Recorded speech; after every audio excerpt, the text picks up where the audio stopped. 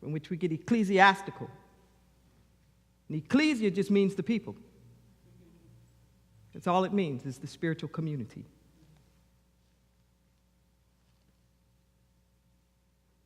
I know I normally say take a breath, and that's their cue to start filming, but I'm on.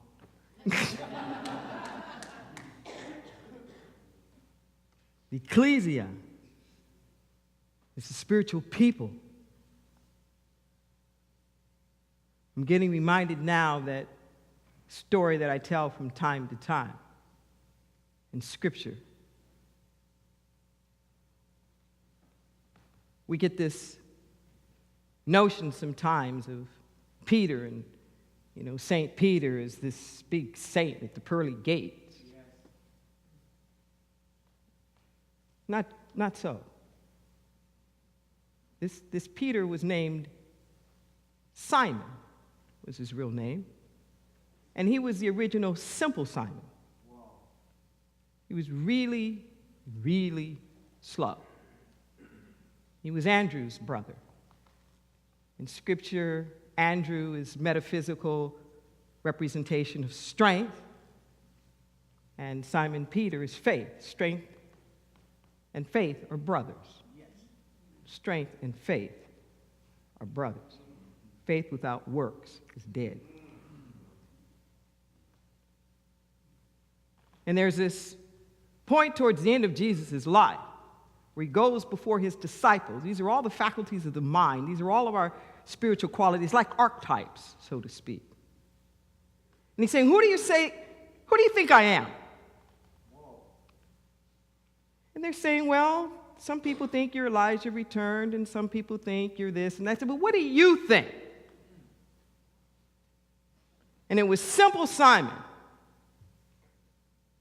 that said, I think you are the Christ. This is not a person, it's a designation. The Christ is one who walks around in the world with the understanding of their spiritual strength and power. He says, I think you are the Christ, the Son of the living God. Remember last week when we went over, blessed are the peacemakers, for they shall be called the children of God. We said that word children is the same word, huios, in Greek, that's used for the Son of God. It means likeness and character. It's not gender specific. It can be singular or plural. He says, I think you're the living Christ. I think you are the living embodiment, the representation of the living God. That's who I think that you are. And Jesus does this interesting thing, which he would usually do on words. When he first met Simon, to let him know that he knew who he was, he said, I know who you are. They call you Kepha, which means stone. That he was so slow and stupid in people's minds, his nickname was Stone. So when he comes up with this understanding, he says, I think that you are the Christ. I think that you are the Son of the living God. Jesus looks at him and says, they call you a stone, but you're really a rock. Wow. Petro in Greek. Peter, rock, Petro. Yes. You're really a rock.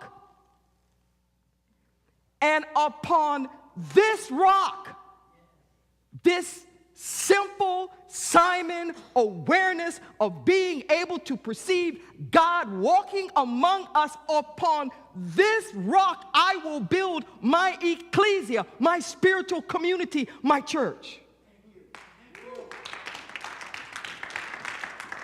We're not talking about an institution. We're not talking about a religion. We're not talking about a building. We're talking about a simple Simon consciousness.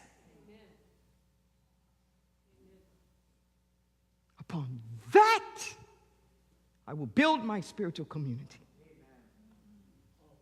It is upon that that we have tried to build Inner Light. It is upon that. And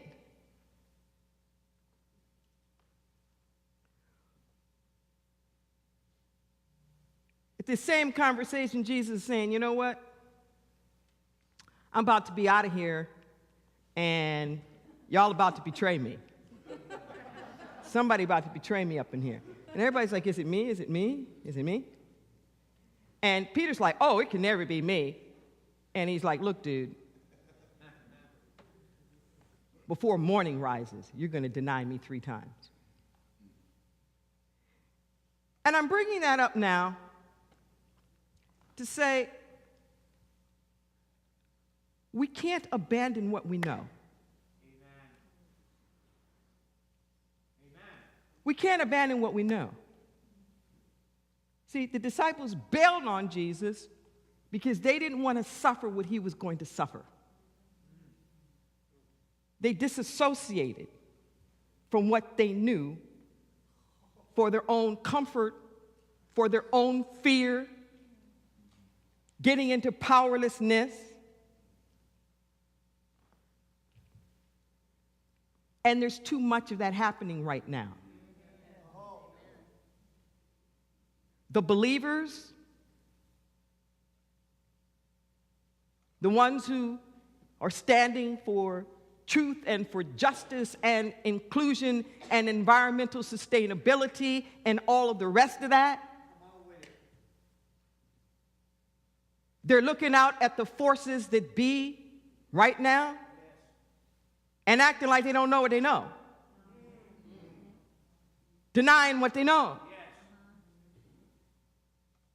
Running.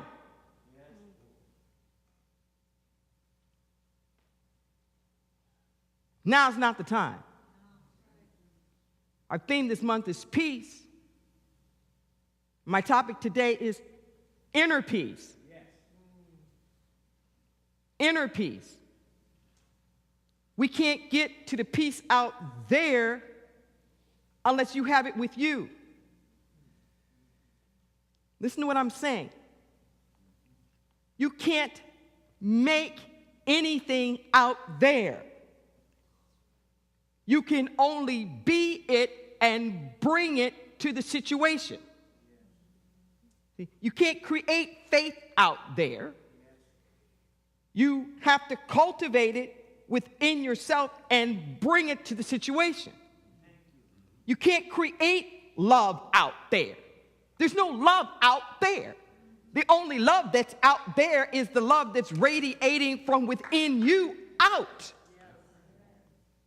You can't take mean old, ornery, cussing, fussing, judgmental you out there to find or create the love.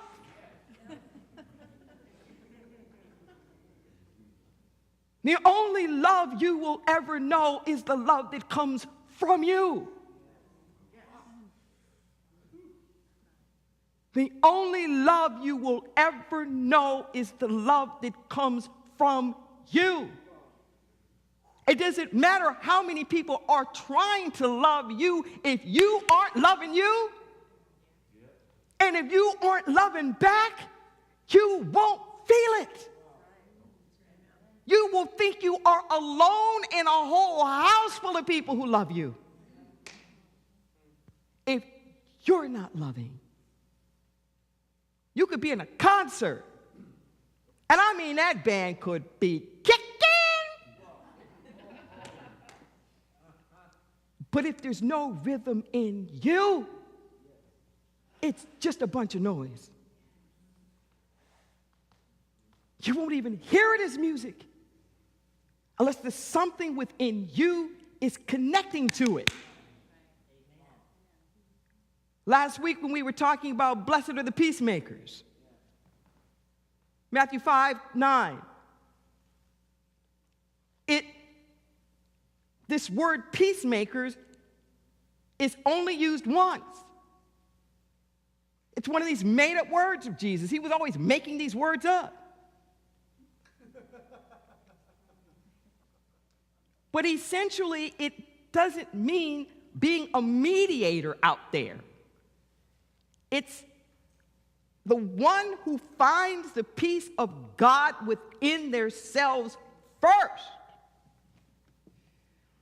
And as a result of that, are able to step into the situation, have something radiate from them that impacts everybody else.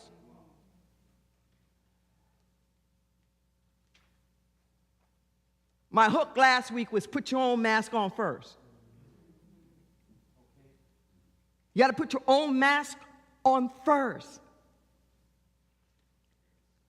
We tend to think of this idea of inner peace as something that we just do for ourselves. I've noticed how often in metaphysical, new thought, new agey, or whatever kinds of communities, there's this feeling like it's an either or. I'm either in the world with all of its struggles and its nasty, dirty politics, which are really beneath spiritual people.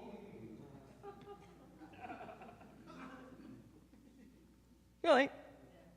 Or I'm over here in this, holier than thou, clean, pristine. We can't even talk about anything that looks like it's divisive or oppressive or whatever, because that would cloud our sensitivities. And we gotta stay pure. So let's go over here and separate ourselves out from that nasty world over there so that we can find inner peace. Inner peace means that I have to steal away and not be bothered with any of that other stuff. This kind of either or. So we have good-minded, angry as hell people running around trying to make the peace. And we've got all these other people who are so heavenly bound, they ain't no earthly good.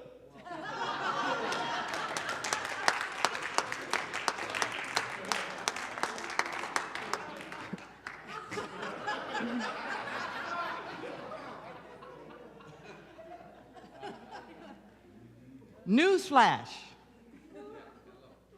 You need them both. Yes.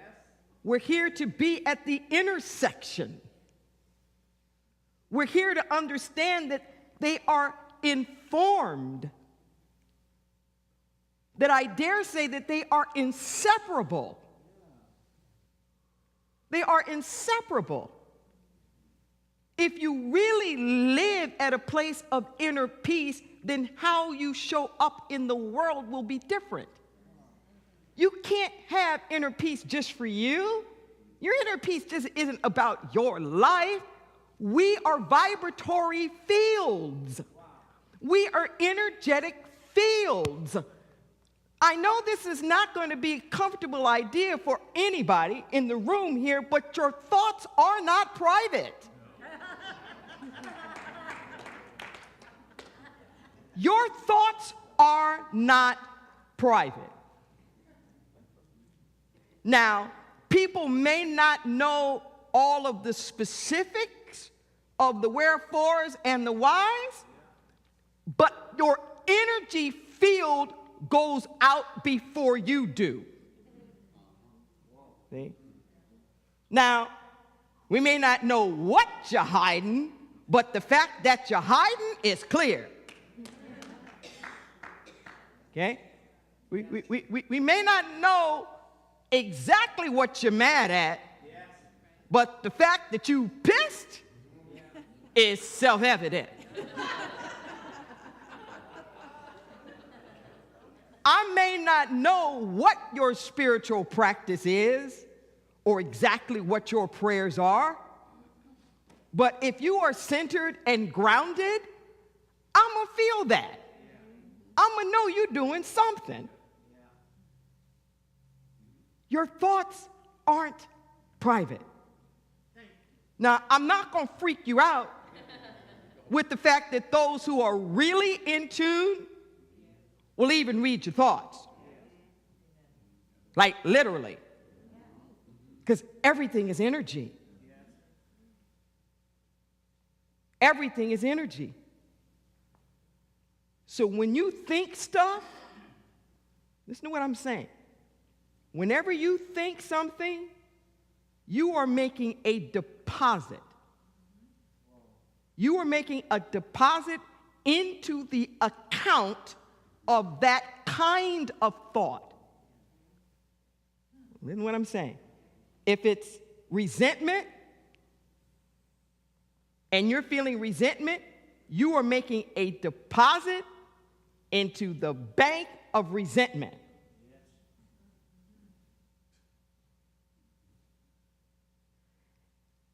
And that account's going to grow with everybody else's. Are you with me? And sometimes, unbeknownst to us, we're sticking our little ATM cards into all these different accounts. So what you're able to withdraw from is bigger than even what you put into it. Listen to what I'm saying. This is good news. It's really bad news.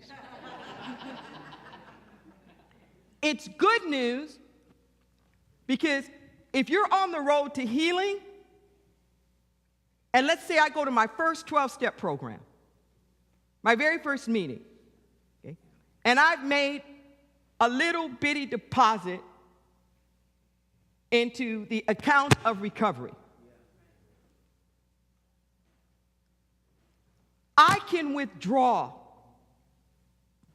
I can withdraw off of the energy of people who have been putting into that account for years.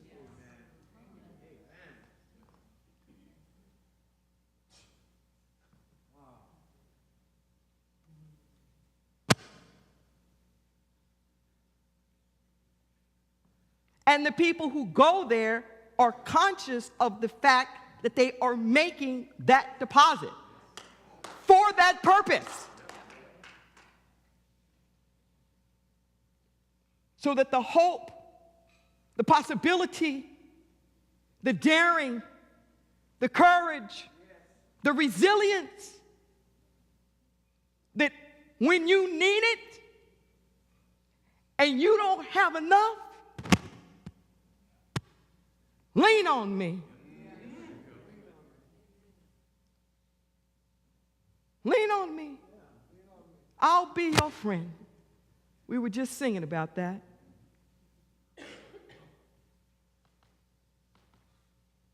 See, that's the good news.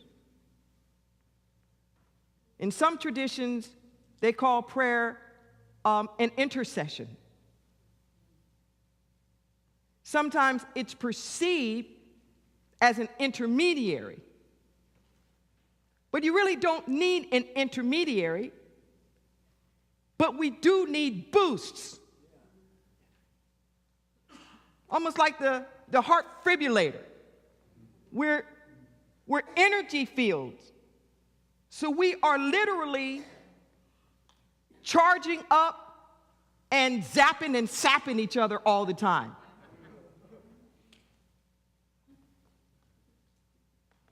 We are. All the time. So this is good news when we can consciously do it and consciously use it. So your prayers, your knowing, your deposits into the banks of peace, of joy, of oneness, that in that hour when somebody else can't see it, and they're lost in Facebook or the news or whatever, they can withdraw from our bank. And you don't need to go somewhere to make the deposit. The deposit happens wherever you are at all times. Isn't that extraordinary? And It's bad news.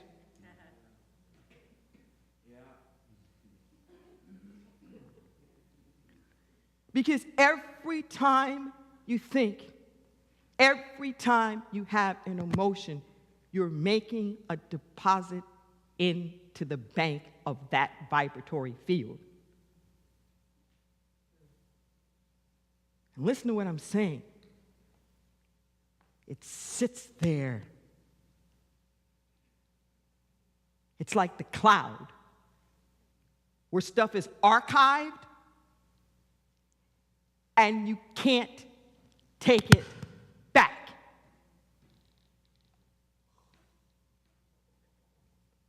The moment it's out your mouth, the moment it hits your mind, the saved button is pushed.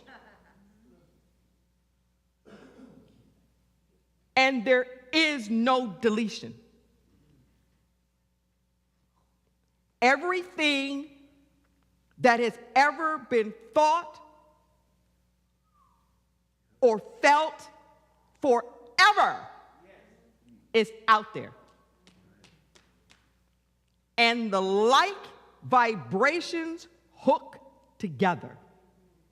The like vibrations hook together and create a synergy, a deepening. Are you with me? Yes. We cannot unring the bell. But just like with the cloud, what happens? It's like a feed. Okay? The things that stay on the feed are the things that are being passed around and looked at now. And the further you get away from reinforcing that, the more archived it is. Okay? It's there, but it's not popping up in your face all the time. Are you with me? Yes. Okay. So this is what we do. This is what we do in healing. We can't take back what we've done, but we don't have to keep reinforcing it. We don't have to make yesterday's news today's news over and over and over again. Are you with me? This is the secret to peace. Peace does not just fall on you. And even in those moments when it feels like it does, that's only because you've created the readiness.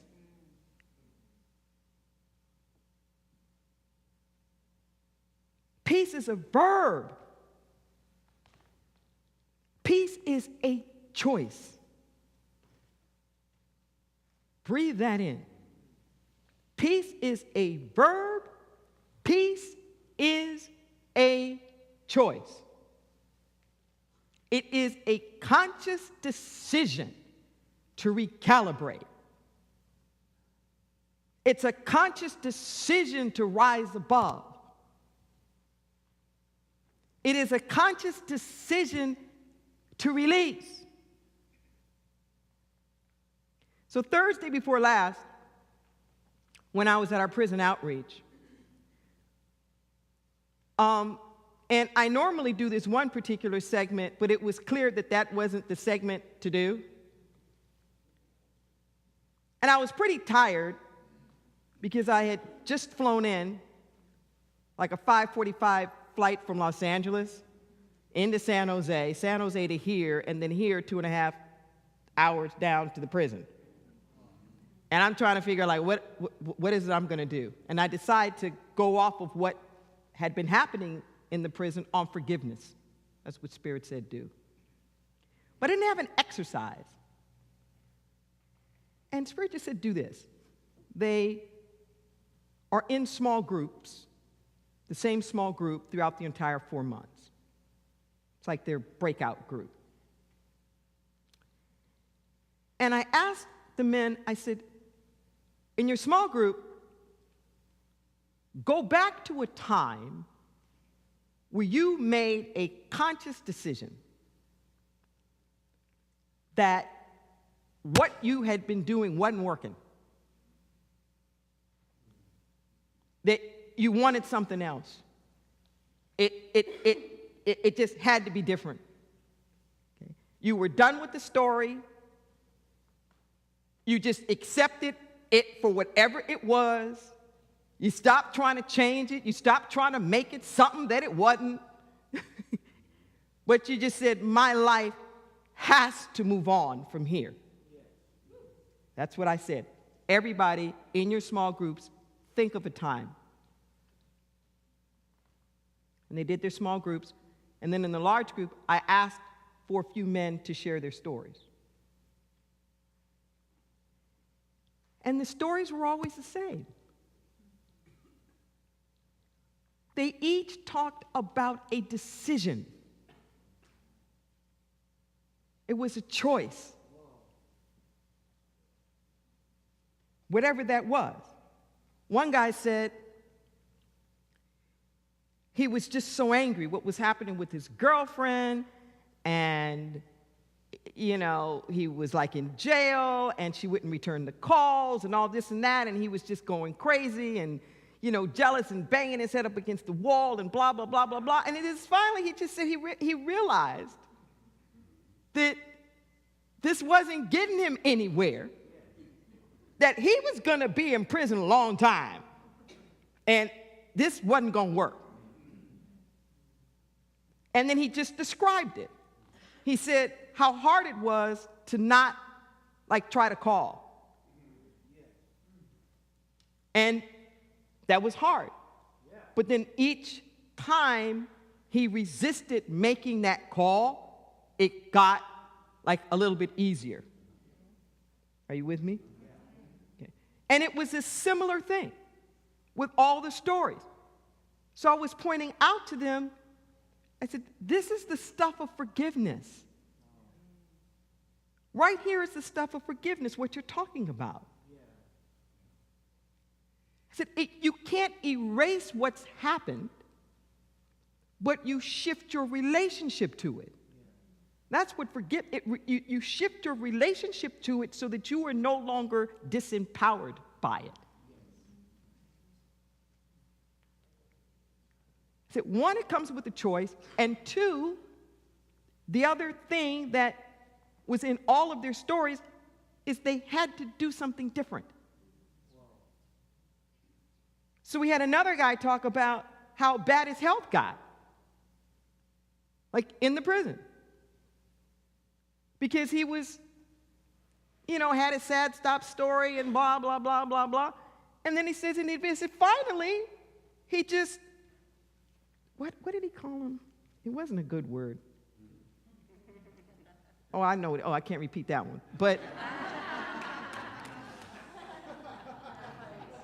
yeah, the paraphrase was let's call them girly push-ups. He used another more descriptive word. But how all the guys were laughing at him for doing, like, you know, just like a half push-up from the knee. You know, but that was like the best that he could do. Like only a few of those. That he had to, it's like he had to start where he was. And even the little things that he would, like, snack on that he could get from other people or whatnot, he said he had to cut all that out. Okay? And he had to go into a place of self-forgiveness within himself. See, this is the stuff of peace. Peace is not about what you see out there. And I guarantee you, you will never be at peace with what you see out there until you can get at peace within you. At peace within you. Not just for you. You cannot do the work that needs to be done if you're angry all the time. It won't work. I do trainings all the time for activists. Because now I'm considered a vet in social justice work. I know what it takes to sustain. And this is a long haul thing. Whether it's love, whether it's justice, freedom, creativity, you can't remain a creative being angry. And I love, there's so many musical genres that I love. And I noticed when you talk to people as they grow and as they mature, and in my mind, I'm thinking right now of Eminem and how angry his lyrics were. And then he had a daughter. He had a daughter.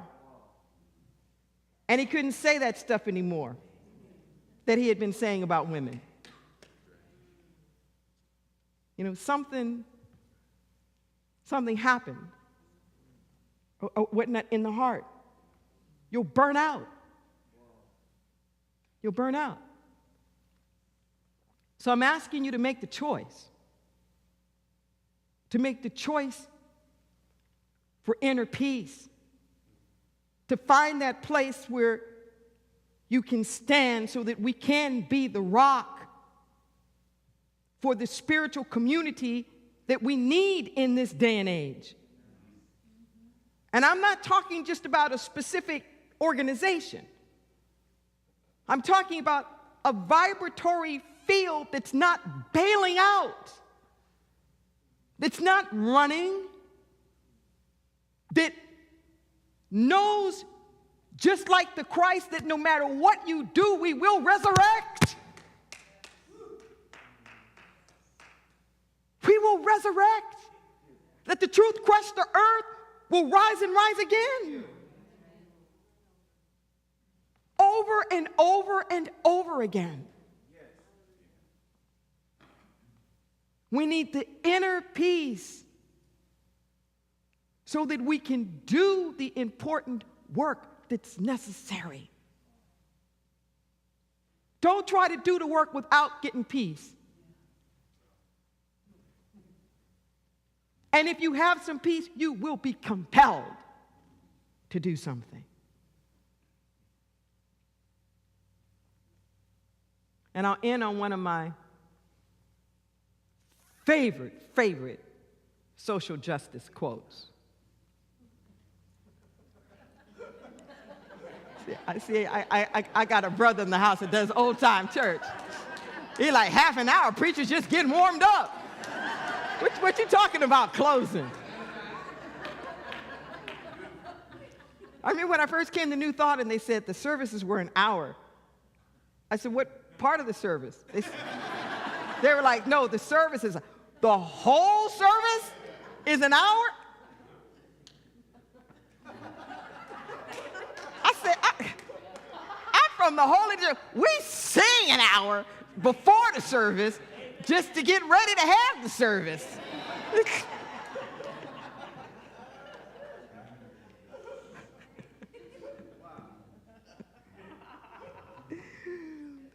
Martin Luther King Jr. had this elderly woman in his congregation. And there are actually two quotes from her. This other quote I'm just now thinking of, but it fits for the moment. His first real test was the Montgomery bus boycott. Young man, maybe 25, 26 years old, fresh out of the Doctor of Divinity program of Boston University. And he's in Montgomery, Alabama, raised from Atlanta. And they choose him to be over this bus boycott because he's new in town, basically, and he doesn't have any enemies or anything. And he's a very eloquent speaker.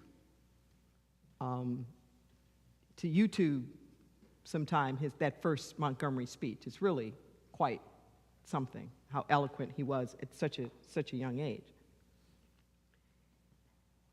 And in the times when it was really getting dark in that boycott, this woman, Mother Pollock, comes up to him and she says, boy, I done told you We's with you. We's with you. You know, don't let these people get you down, because we's with you. So when the boycott is going on, he often quoted her because she gave the spirit of the movement. You know, during this bus boycott, it lasted for about a year. All the black people boycotted the buses. They boycotted the buses. Bear with me just another 5 minutes, because I'm feeling that I need to say this. There's a common misconception, and this all ties together. There's a common misconception about Rosa Parks and this bus boycott. And one of the misconceptions is that it happened out of nowhere. No, it did not happen out of nowhere. She was she was the secretary of the NAACP, and she had been specifically chosen because she was such an upstanding woman. Okay? But the piece about this that people don't get is that they think that the boycott was about the back of the bus, was about that they weren't being allowed to ride in the front of the bus, and that they were relegated to the back of the bus. She wasn't arrested trying to sit in the front of the bus. There was a line that basically said, white people have this half, not half, this majority of the bus, and then the black people have this other part of the bus. So she strategically was sitting right in the line on the black side. And the driver asked her to give up her black seat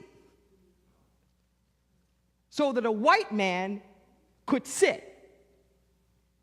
So what would happen is that the white people already had most of the bus. But if it got too crowded for them, then the black people had to give up the back portions of the bus that already had been designed for them. Are you with me? So she's sitting there at the dividing line and being told, get up. She didn't get arrested trying to sit down. She refused to give up the seat that already had been given to her under Jim Crow. But even that wasn't enough. We want that seat too. And they were like, no. No. It's enough to be in the back. It's enough to be relegated these crumbs. But then when y'all ain't got enough, you want the crumbs too? No. No. No. And there was a peaceful resolve. Are you with me? There was a peaceful resolve. That wasn't just about we want more, but we refuse to lose the little bit that we have. Draw the line. Okay. And we got to do this in consciousness. We got to do this in consciousness as well. We have to do this in consciousness as well. we're giving up our seats on the justice bus. We're letting other people sit down, driving the bus over the cliff, jumping off the bus because I don't even want to be on the bus with y'all.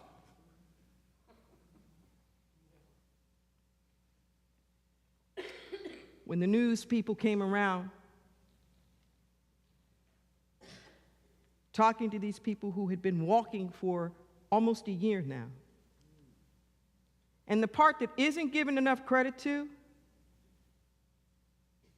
is the white women who drove them around. The white women who drove them around, who had the cars, who would create the carpools. These were their nannies. These were their people who worked for them and what they were risking with their husbands and all the dramas that happened with that. I just want to give credit like where credit's due. So when she was interviewed, they said, Mother Paula, aren't you tired? And she said, my feet is tired, but my soul is resting.